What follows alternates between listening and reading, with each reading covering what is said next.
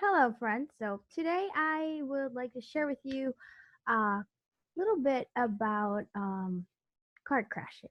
So when I started getting to know about the Jehovah's Witness activism, the XJW activism, really, I heard about a lot of people doing car crashes. And I remember that at first I thought, why in the world would you car crash? Why in the world would you do that? Because the people standing there aren't gonna talk to you. Like if you're like me, you're a disfellowshipped um, child of a family that's very well known in the community of the Jehovah's Witnesses. Like I'm the granddaughter of anointed, and my father's anointed. My sister supposedly partakes as well, so she's also supposedly anointed. My brother's an elder. My brother-in-law is an elder. My other sister is a pioneer. Everybody in my family's got Jehovah's Witness job titles. They're all like the corporate team, the volunteer team. My brother went to MTS.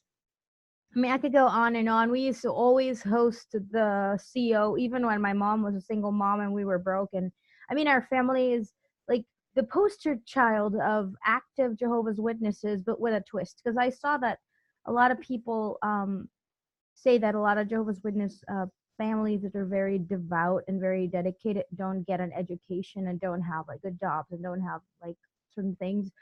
I don't agree with that. I haven't seen that in my environment, and people say, well, then you guys must be crooked. I go out, well, we're Latino and Dutch, and there is a stronger view of, make your own damn choices for certain things. Certain things, not everything. Mind you, I am seeing that the JW Borg, the blind organization follower mindset to seep in really deeply now more than ever. My father used to be an independent thinker, and he is no longer capable of thinking further than the Watchtower Library tells him to. He used to tell me, yeah, they must be reading psychology books and quantum physics books because of the things they say. And I go like, well, yeah, now I know the research team, the writing research team does a great job of finding information. And because of my background, I know how that goes. I know how that part goes. You really love the readers and you want to give them quality information. So you do your utmost best to research. But needless to say, if you watch the interview in the description from Barbara, she is a writer and on the writing team in Bethel for many, many years. And she describes the writing process and how it's done and everything. And the cliff notes, it did left me going like, hey, it's just like a corporate writing team. I mean, that's been my work most of my life. I write up something, I come up with the ideas, I just kind of sense my way through it, and then I present it, and then it either gets approved or just, edited or disproved. And it makes you realize who is really educating the Jehovah's Witnesses writers, and who are these writers? Volunteers. I'm not saying they're bad people. I'm saying that you can't treat anything that they produce as God prepared food.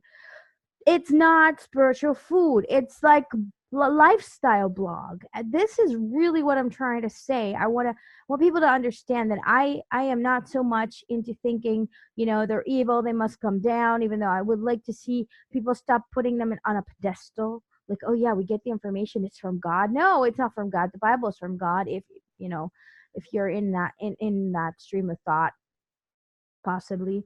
But interpretations are a dime a dozen.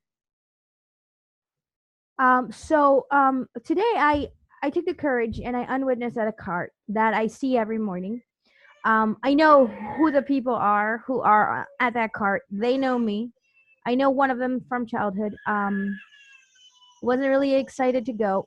They know, one of them knows I even put out a press release, which is really interesting. Um, I didn't know my name came out, but apparently everybody knows who done it. Haha, which is hilarious to me. So my I don't have a cover. So now I'm going like, well, I'm just gonna talk to you guys boldly because you taught me to be bold, and I've been bold since I was 3, knocking on people's doors. Now and then Armageddon's gonna kill them. And now I think it's time to expose to them that they work for a corporation. And really, today was a great moment because I saw it before me. This young man who is very, very smart. He is educated. He has a job. He has a wife. He could be a really good critical thinker. answer me with corporate jargon. He literally, I didn't make a video because I didn't have my phone on me and I wasn't going to do it like that. I was cautious because my emotions can get ahead of me. But I asked him, why do you support this? Because they have been obfuscating and neglecting and handling poorly, very, very poorly for over 6 decades. It's not like, oh, it started happening in the last 2 years. No, they're finally, really, it's starting to really be visible. But before that, it wasn't that. And I asked him, and his answer was, well, that's the family's responsibilities. And I'll go like, yeah, but they're positioning themselves as a place of authority where they tell people how to act and think, and the people are turning to them and they're just going like, no, we don't have a problem, no, we don't do anything about it. And in the moment he was talking to me, and I'm like, listen, it's like if you work for a telecom company and you have a customer service department where everybody keeps hearing, hey, our modems aren't working, we're not getting internet, we have problems, and you have a protocol where you tell them reset it, unplug it, hook it back up, all the different steps, and people are doing that and nothing's working. And it's and then instead of telling them the truth, like, hey, we sold you a device with a dud motherboard chipset, they refuse to divulge that information and or apologize for the problem. Because even though they apologize to the person, for example, they say, we're sorry that you're having this problem, right? We apologize for the inconvenience. That's customer service jargon. That's my line of work. And they just go, oh, we apologize, we're sorry, we abhor this kind of thing, we really don't want this kind of thing happening on the floor. That's very unemotional, by the way, which is what corporations do. To work in teams, you need to take the emotion out of it so everybody works efficiently. But we're not dealing with a corporation. They say they're not a corporation. They say they're God's hand that feeds the baby birds that need to be spiritually fed. This is what they tell you. They tell you have to listen to them. They're the faithful and discreet slave. They're not faithful. They're not discreet. And they're definitely not a slave. They're a corporation. That's not a slave. A corporation is a boss. It operates for numbers, efficiency. That's what it does. That's what the organization is. This guy keeps answering everything I tell him, like the different skills and all the different things with, well, I recommend you call Watchtower and they'll help you. And he kept saying that and packing and getting ready to leave. And the older guy who knows me since I'm a kid, I don't know him very well, but I mean, I was a kid running around in his yard and in his house and in his kingdom hall. I know who he is. I know all his kids. I mean, I'm like, I know who your parents are, dude. He starts like, oh, you're that one that put that press release, aren't you? And I'm like, yeah, I am. And he's like, yeah, well, we only answer to God. I said, do you now? But he didn't really engage because he was shutting down, visibly shutting down. And sorry, I need a drink of water. My throat is dry. He was visibly shutting down and packing the cart. But I thought it was brilliant that I stayed calm. And then the guy said, he said this, why aren't you, because he got like defensive, right? He felt like, hey, why are you coming to our cart, like bothering us? He's like, why are you wasting your time with this when you could be calling the organization to make the changes? And I'm like, did you just hear yourself? I said, because I'm not interested in that. They already showed for 6 decades that they ain't changing, okay? Now it's time to blow the lid on this thing because people need to know you are supporting negligent people. You're supporting a negligent organization. And I'm bringing you the information because you could be held responsible. If you believe that God is truly there, you could be held responsible, okay? It's called blood guilt. So we're talking about this because I'm interested in making sure that people actually do their research. Do you really know what is really happening? Have you really looked under what they really do, not what they say they do? Because they say a lot of things in their magazines. They say a lot of things in their directives. They say that they are just. And then they treat Malawi different than they do Mexico, different than they do Chile. And then Did you know you could vote since 1999? But no one knows that because most people haven't even read it, and most people haven't really, it didn't sink through, and everyone's like, we're only loyal to God and the organization, because really that's what people are doing. They're super loyal to the JW brand. And they don't even know it. Like it's funny to me, but it's just blowing the lid on a corporation. And so I on witness for the first time at a cart, and my experience was that I love it.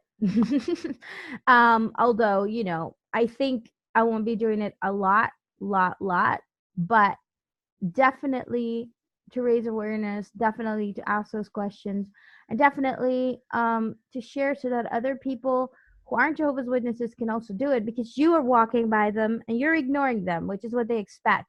But if you come with a question, and hey, don't take any Bible studies, you're not going to change a Jehovah's Witness like that. Please don't. They will twist your mind up like a panty in a bunch, and then you're going to be in trouble. Don't. Just don't, because the mind control is inside it's substance through the furniture, the literature, and all these little things. Like this graphic that I'm using here for my video, preposterous, that there's like little Legos to portray who did this. I find it preposterous. Like, we have memorabilia, we have toys, we have action figures. What the hell? Okay, you don't see you're running a corporation and you're doing it voluntarily. You don't see that. Oh no, it's for God. No, it's not for God. This is not. It's not even promoting Jehovah anymore as a name. Just that should tell you something. It's jw.org. JW? Really? Think about it. That's all I'm gonna say. Um, at best, you are worshiping some other guy now, and you don't even know it. I mean, just think about it. But bottom line is that if you have a cart in your area and you are interested in planting seeds of awareness and sharing information so people can start doing their own research, just head on over, ask the question, why do you support a negligent company? Why do you support a corporation? Why are you here volunteering for a corporation, for a business? They'll say, no, no, it's for God. I was like, really? It's for God? You could be talking to people about God without promoting any of this marketing PR mumbo jumbo. Do you know that there's a writing team behind it? It's not the guys, there's no Faithful and Discreet Slave coming up with new teachings or new magazines. Oh, but that's the way it is. Yeah, that's the way it is. But it shouldn't be. Did Jesus run a corporation? And anyways, I could go on and prattle on about this thing, but bottom line is that guys, if you were a Jehovah's Witness in the 80s, in the 70s, in the 90s, you know the song. Now's the time to preach this word, time to let the news be heard. Now's the time for real, because more and more people need to be set free. The truth sets you free. They're under slavery, heavy slavery. They think they're free. They think they're in a happy paradise, but happy, right? That's a story for another day. Have a great day. Talk to you later.